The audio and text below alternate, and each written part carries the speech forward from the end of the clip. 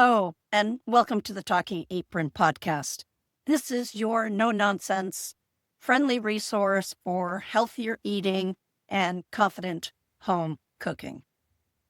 It's especially for those that are managing or aiming to prevent diabetes. It is for everybody. Each episode delivers practical tips, nutritional insights, and real-life strategies to help you take control of your health through your kitchen, through your food choices.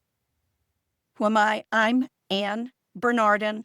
I'm a certified diabetes prevention coach, a nutrition educator, a former weight loss center owner, home cook, and I live with type 1 diabetes. I give you the science behind the foods in simple meal and kitchen strategies, so you can lower your stress, not have to think about it, steady that blood sugar, get healthier, and feel more at home in your kitchen and in your own health journey. But first, before we get started, I want you to go ahead and go grab your cuppa of water. Remember, hydration is really important for health. So what are we talking about today? We're talking about mint. Yes, I know you read the title and you saw that it was glucose friendly. So why am I bringing mint into the picture? Well, first up, do you ever think that your meals are getting a little bit boring? I'm kind of in that phase right now. And how I notice is that I'm taking the salt and pepper out a whole lot more. Everything tastes blah unless you drown it in that salt, sugar, sauces, salsa, Tabasco. Yeah. So here's why I'm introducing the mint. Did you know that 2 tablespoons of fresh mint has 0 carbs? Less than 2.5 calories. That's not even anything. So it makes it one of the lowest impact herbs to wake up a dish, which is really awesome. Mint has a lot of vitamin A, which is kind of strange because usually we think of vitamin A as in carrots because it's orange or red. But no, mint has vitamin A in it, which is great for our eye health. And it also has that natural menthol, which is why you always have and see gum with menthol, fresh breath, minty fresh breath. That's the oil, the menthol. And that helps us tame our salt cravings, which is really handy if you're trying to reduce your salt intake, like I am. Not necessarily because I have high blood pressure, but because I get pudgy fingers with too much salt in my body. Here are a couple other good properties that mint has. It helps with your gut microbiome and your metabolism. Did you know that inflammation and gut issues can spike your blood sugar? Mint is rich in a property called rosmarinic acid, and it has flavonoids. Now, I'm not going to get down and dirty into the science of these, and sometimes I can't even pronounce them, but that's okay. If you've heard of polyphenols, you know that your gut bacteria ferments these compounds into something called short-chain fatty acids. And these SCFAs, what they do is they strengthen the intestinal lining at a cellular level. And that does 2 things. 1, it improves your insulin sensitivity. 2, it is going to start preventing that leaky gut, which then leads to the inflammation in your body. Now, there's also research being done right now that shows promise on how the oil extracts of mint, spearmint, and peppermint inhibits the enzyme that breaks down starch. Well, what is starch?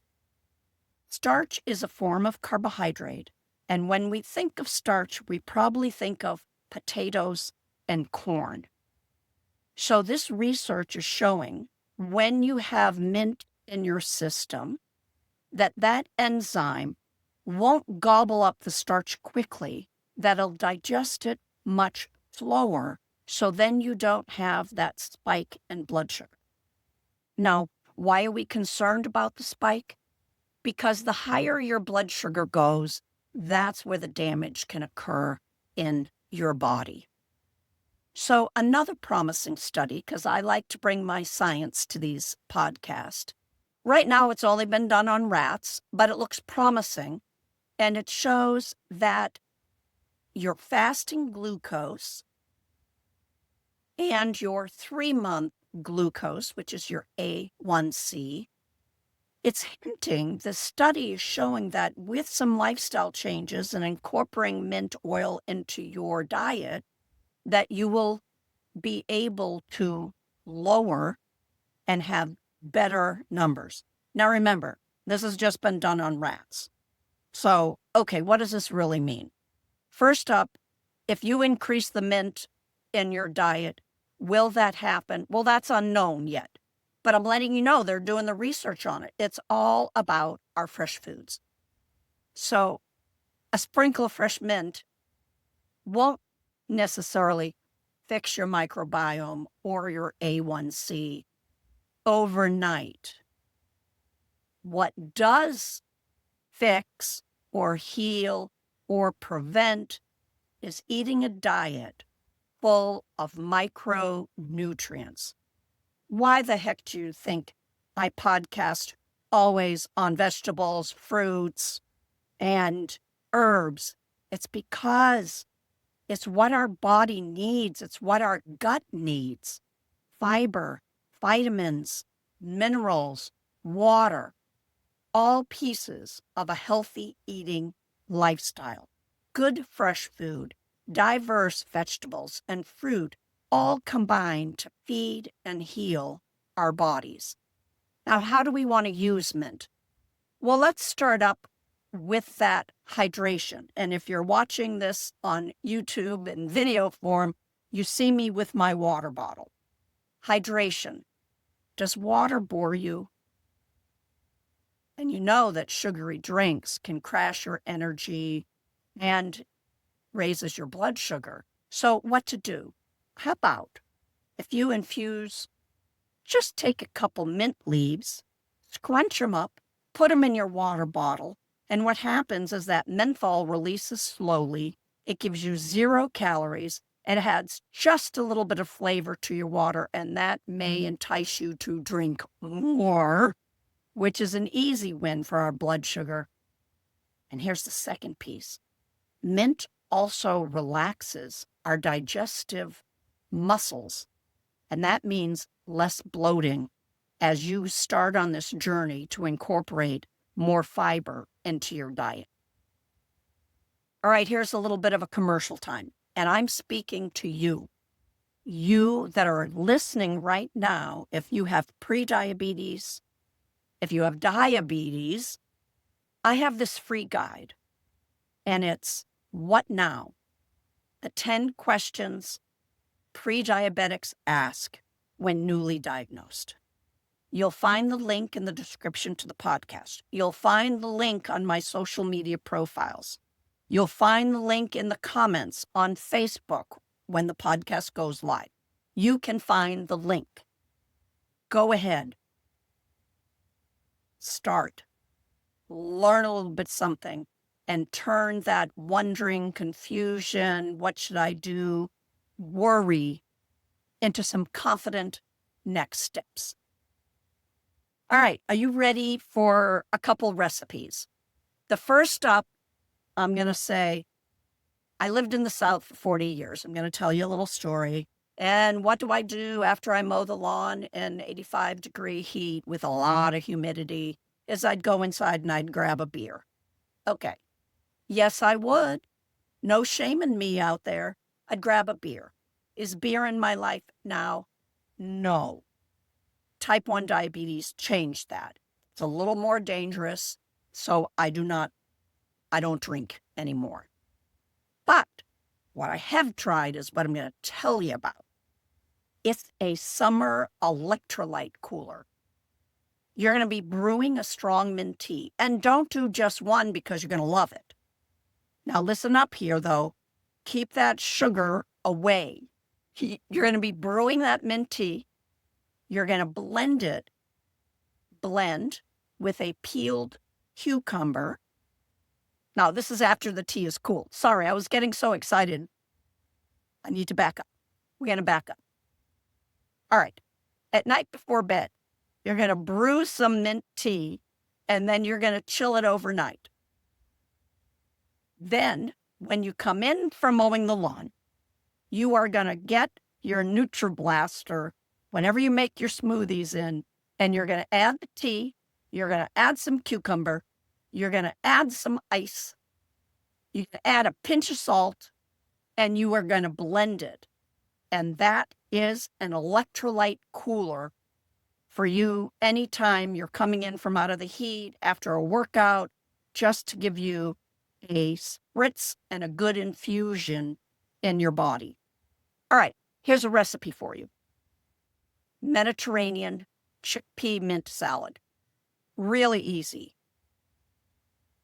Start with a can of chickpeas. Now, if you want to use a pressure cooker, I'm all for it. Frankly, I use the canned. Take the can, open it, drain the chickpeas, and rinse them. Add that to your salad. Add cucumber. Add a pinch of onion. Add a bunch of mint. Then you're going to add, here's what I do. I make this all up. Mint, chickpeas, cucumber, little red onion, salt, pepper, drizzle of olive oil, some lemon. Then I take out my serving and I put in my chopped tomatoes. I find cucumber lasts a little bit longer than tomatoes in a salad, so this way I can have it a number of different days. But this is an excellent salad, nice and refreshing for summertime, even for wintertime. The next is a yogurt dip.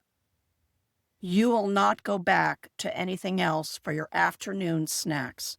You're going to be grating a half a zucchini, or you can do a whole one. You're going to add a half a cup of Greek yogurt, salt, pepper. If you like garlic, go ahead and put in just a little bit of garlic, a squeeze of lime, stir it up, add that fresh mint, and then you're going to be eating your fresh vegetables with it. Nice and tangy, refreshing, gives a different flavor. And you're going to be having that, I'll call it nice breath after also, except if you put in the garlic, maybe not. So, as we finished up, let's think about growing mint. Really easy on a windowsill. Many different types, depending upon what you want. You put it on your windowsill. Doesn't like full sun blaring in the window, but it does need some sunshine on it during the day. And it is such a treat to be able to pull off a couple leaves, put it in your drink, and grow in your house. And what I love is just kind of massaging the leaf and smelling my fingers. Just really brightens up the scents in your home. Thank you for spending time with me today, the Talking Apron podcast. And I hope this leaves you feeling energized, a little more confident, wanting to try something new, helping you with your food choices. You know that every small step you take, every new thing that you try for your health adds up to something powerful. And that is your health. Improving your health, one small change at a time. Keep showing up and remember, You are absolutely capable of making these changes and changing around that prediabetes health diagnosis. If you enjoyed this episode, it inspired you, go ahead, subscribe, share, mention to others, spread the word. I'll see you next week. I'll be right here with my apron cheering you on.